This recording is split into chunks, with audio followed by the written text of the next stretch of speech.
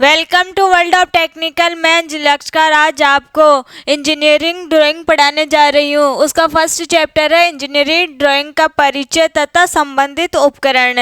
साधारण ड्राइंग और engineering drawing में बहुत अंतर होता है। साधारण ड्राइंग तो हर कोई बना सकता है, लेकिन इंजीनियरिंग ड्राइंग वही बनाएगा जिसको इसका ज्ञान हो। अगर इंजीनियरिंग ड्राइंग का महत्व देखें तो इसमें क्या होता है, जैसे कोई व्यक्ति इंडिया से दूसरी कंट्री में जा रहा है तो इसमें क्या होगा, अगर यहाँ की लैंग्वेज उसको समझ में नहीं आए तो क्या करते हैं, उसके लिए उसको ड्राइंग बना के समझा सकते हैं। कि दूसरे व्यक्ति को कैसे समझा सकते हैं, ड्राइंग बनाकर। ड्राइंग का बहुत महत्व होता है। और देखिए कि कोई कार्य या जो बोलने में असमर्थ हो उसको कैसे समझा सकते हैं, ड्राइंग बना के।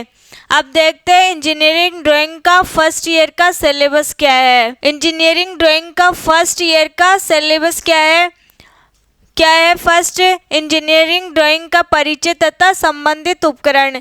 क्या हो जाएगा इसमें, introduction to engineering drawing and related tools. उसके बाद सेकंड देखें तो क्या है इसमें, मुक्त हस्त चित्रण, फ्री हैंड ड्राइंग। अगर थर्ड देखें तो ठोस आकृतियों के मुक्त हस्त चित्रण। इसमें क्या क्या आ जाता है, घन, घनाभ। ठोस आकृतियाँ कौन कौन सी है, घन, घनाभ, इस प्रकार की। इसको देखें तो भिन्न भिन्न औजारों के मुक्त हस्त चित्रण, जैसे कुल्हाड़ी हो गया, इनके बारे में जानेंगे।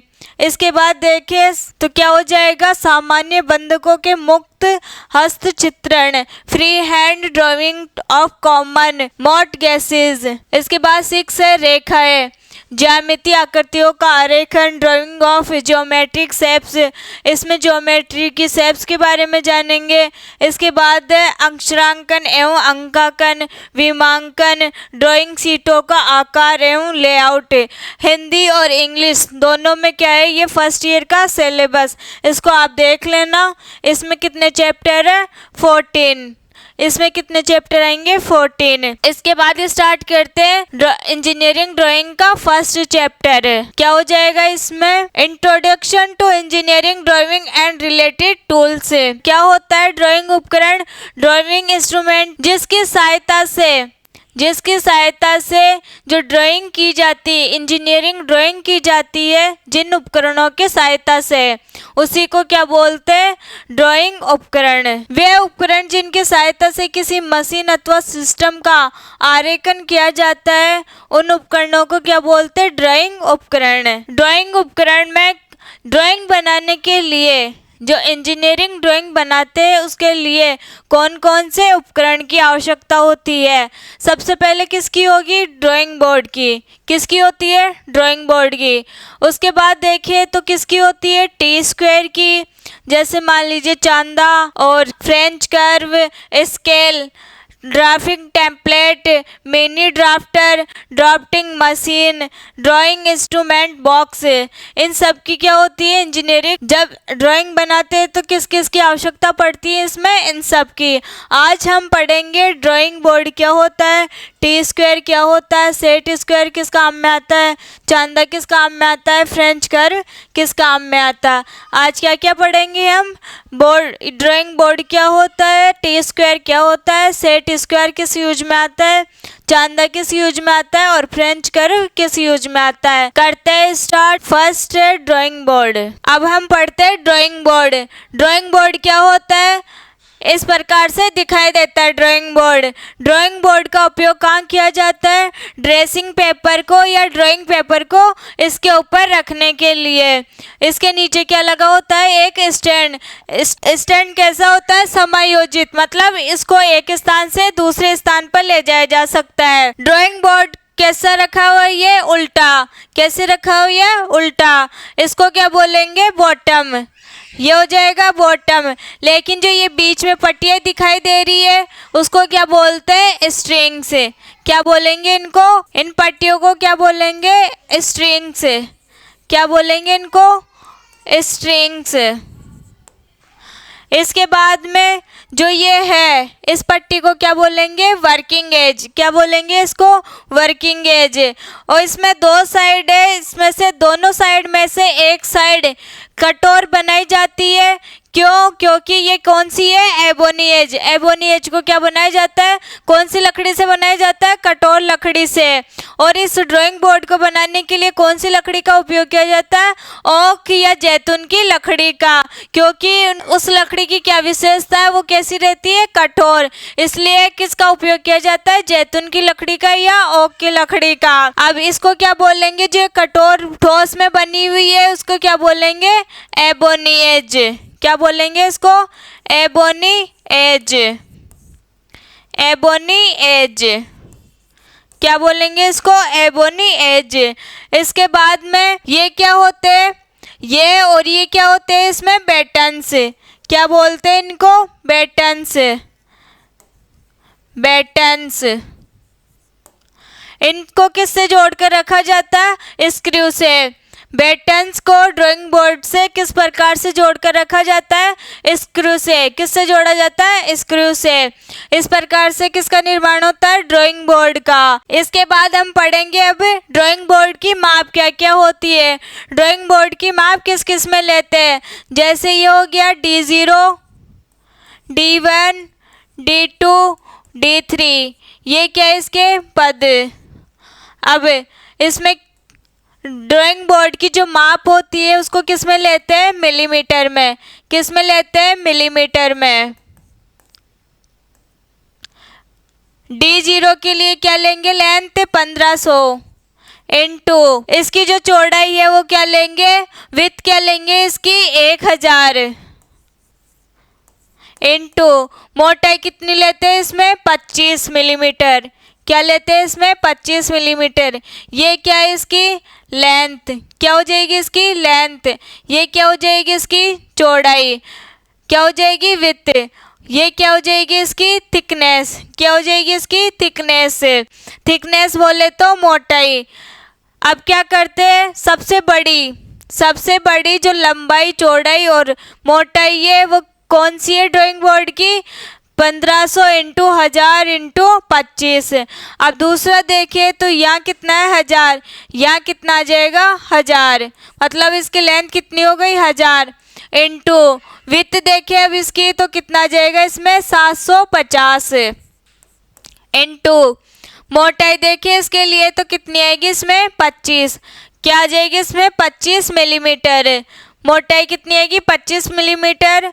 और चौड़ाई कितनी आएगी? 750। और 1000 की आएगी इसकी लेंथ। अब इसमें बीच में क्या आ रहा है? 750। यहाँ कितना लेना है? 750 इंटू कितना हो जाएगा इसमें? 500 इंटू 15। अब मोटाई कितनी आ जाएगी इसमें? 15। चौड़ाई कितनी आ जाएगी? विड्थ कितनी आ जाएगी? 500। लेंथ कितनी आ जाएगी? 750। D3 देखिए इसमें तो कितना आएगा? 500। पहले ये वाली संख्या यहाँ आ गई, अब ये वाली संख्या यहाँ आ गई और ये वाली संख्या अब कहाँ जाएगी? यहाँ पर। Into 350 into 15।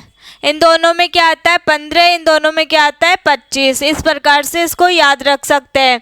क्या हो जाएगा इसमें? ये वाली संख्या यहाँ, ये वाली संख्या यहाँ और ये वाली संख्या यहाँ। और इसको कैसे याद रख सकते हैं? 2 में तो 25 आएगा और 2 में क्या आएगा? 15।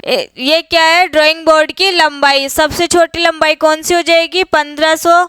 सबसे छोटी लंबाई कौन सी हो जाएगी इसकी? 500, 350 और 1500। और सबसे बड़ी कौन सी हो जाएगी? 1500 इंटू 1000 इंटू 25। अब देखते हैं इसके बाद हम टी स्क्वायर। टी स्क्वायर क्या होता है और इसका उपयोग किस प्रकार से किया जाता है? टी स्क्वायर किस प्रकार से दिखाई देता है? टी के जैसे। क्या है इसका नाम? T square. तो टी इसकी शेप कैसी होती है? टी के जैसी। इसमें क्या होता है? ये इसका उपयोग किसमें किया जाता है? जो ड्राइंग शीट होती है उसको रखने में, या फिर जो ड्राइंग शीट होती है उसको क्षैतिज लाइन में रखने के लिए या क्षैतिज लाइनें खींचने के लिए किसका उपयोग किया जाता है? टी स्क्वायर का। क्षैतिज लाइनें क्या होती है? हॉरिजॉन्टल लाइन से। जैसे इसमें क्या होता है टी स्क्वायर में? ये क्या होता है इसमें? स्टॉक। इसको क्या बोलते हैं? स्टॉक। और इसमें क्या लगा होता है? एक तो होता है हेड। क्या होता है ये? हेड। इसको क्या बोलते हैं? ब्लेड। क्या बोलते हैं इसको? ब्लेड। ये क्या हो जाएगा इसमें? ब्लेड। यहाँ पर इन दोनों को जोड़ने के लिए किसका उपयोग किया जाता है? स्क्रू का। कितने डिग्री पर जोड़ते हैं इसको? 90 डिग्री पर। यहाँ जो कोण बनता है वो कितने डिग्री का होता है? 90 डिग्री का। ये क्या है इसका? Working gauge. इसको क्या बोलते हैं? स्टोक। इसको क्या बोलेंगे? हेड।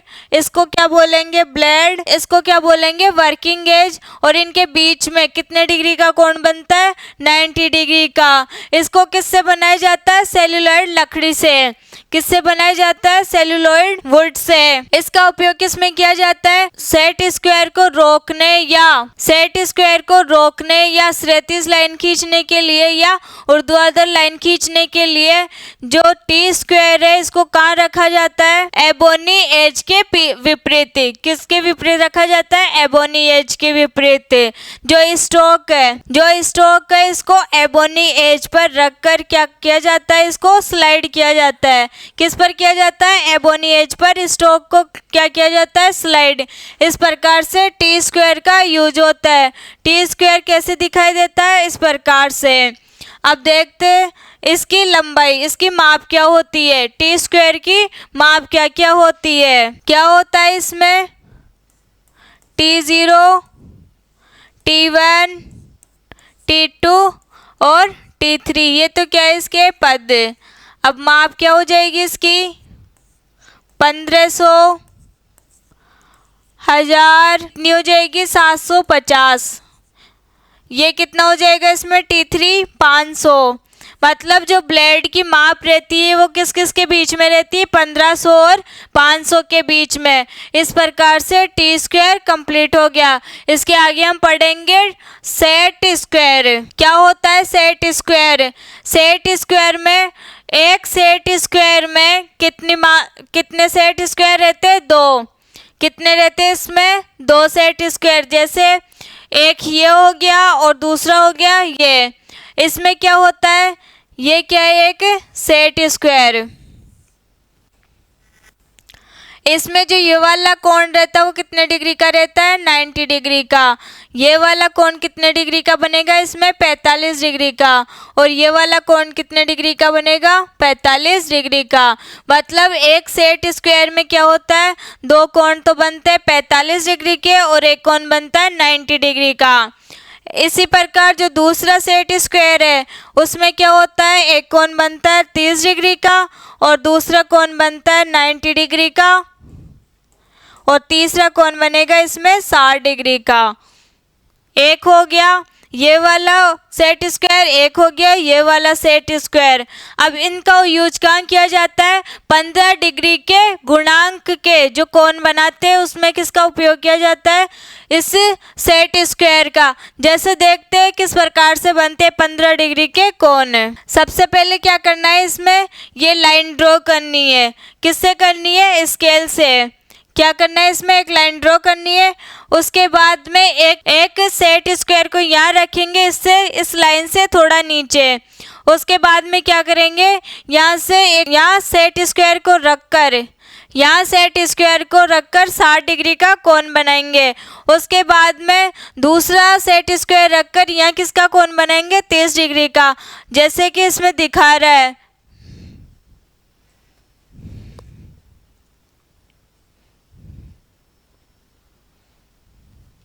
ये कितने डिग्री का बन जाएगा? यहाँ से 60 डिग्री का।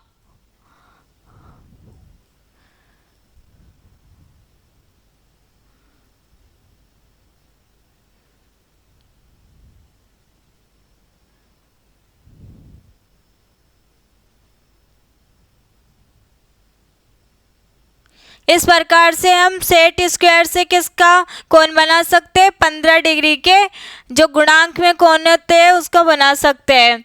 अब चांदे से क्या कर सकते हैं? इससे तो 15 डिग्री के बना सकते हैं और उससे क्या करेंगे? कोई सा भी कोण बना सकते हैं। उसमें माप कहाँ से कहाँ तक होती है? 0 डिग्री से लेकर 180 तक। कोण कहाँ से कहाँ तक होते हैं? इसमें 0 से लेकर 180 डिग्री तक। क्या होता है चांदा? प्रोटेक्टर। क्या हो जाएगा, प्रोट्रैक्टर। क्या हो जाएगा इसमें, ये किस प्रकार से दिखाई देता है, अर्धचंद्राकार। इसको क्या बोलेंगे, सेमी सर्कल। किस प्रकार से दिखाई दे रहा है ये, सेमी सर्कल। इसमें क्या होता है, कोण कहाँ से कहाँ तक रहते हैं, 0 डिग्री से लेकर 180 तक। एक तो होता है इसमें एंटी क्लॉकवाइज और एक होता है क्लॉकवाइज। क्लॉकवाइज को क्या बोलते हैं, वामावर्त। क्लॉकवाइज क्या बोलेंगे इसको, वामावर्त। दूसरी होती है एंटी क्लॉकवाइज। एंटी क्लॉकवाइज इसको क्या बोलते हैं, दक्षिणावर्त। क्या बोलेंगे इसको, दक्षिणावर्त।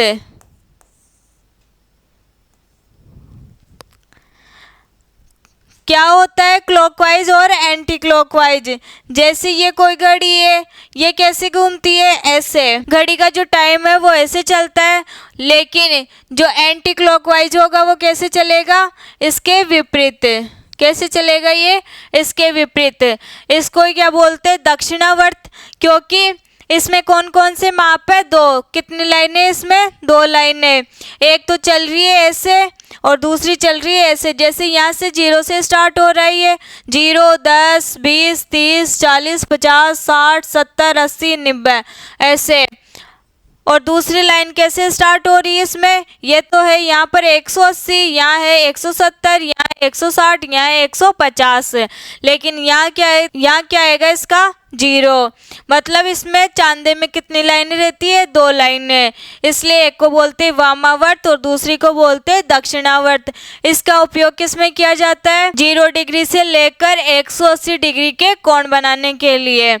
और ये किसका बनाया जाता है, जो सेल्यूलॉइड की प्लास्टिक होती है, उसकी जो सीट होती है, पारदर्शक सीट, उसमें कितने से बनाया जाता है, 2 मिलीमीटर से। किसका बना होता है ये, पारदर्शक सीट का 2 मिलीमीटर से। अब देखते हैं आगे, फ्रेंच कर्व। फ्रेंच कर्व का उपयोग कहाँ किया जाता है, जैसे कि जो साधारण कंपास होता है उसका उपयोग नहीं किया जाए और उसकी जगह किसका उपयोग किया जाए, फ्रेंच कर्व का। जैसे कंपास है, साधारण कंपास का जहाँ यूज नहीं होता वहाँ किसका यूज करेंगे हम, फ्रेंच कर्व का। क्योंकि फ्रेंच कर्व के अलग अलग सेट होते हैं। जैसे ये है, ये क्या होता है, फ्रेंच कर्व। क्या होता है ये, फ्रेंच कर्व। इसके क्या होते हैं, अलग अलग सेट हैं। जैसे ये हो गया, दूसरा ये हो गया, तीसरा ये हो गया। मतलब अलग अलग घुमाव के लिए अलग अलग सेट का उपयोग किया जाता है। जैसे यहाँ देख सकते हो आप, ये अलग सेट है, ये अलग सेट है, ये अलग सेट है। जैसे सिलाई में भी तो यूज करते हैं इसका, किसका यूज करते हैं, फ्रेंच कर्व का। क्योंकि वहाँ पर किसका उपयोग नहीं कर सकते, कंपास का। इस प्रकार से आज हमने इंजीनियरिंग ड्राइंग के उपकरण के बारे में जानकारी प्राप्त की है। कल भी हम इसी प्रकार से हम आगे वाली क्लास में भी इसको कंटिन्यू करेंगे। आज के लिए इतना ही, अब मिलेंगे नेक्स्ट क्लास में। तब तक के लिए नमस्कार।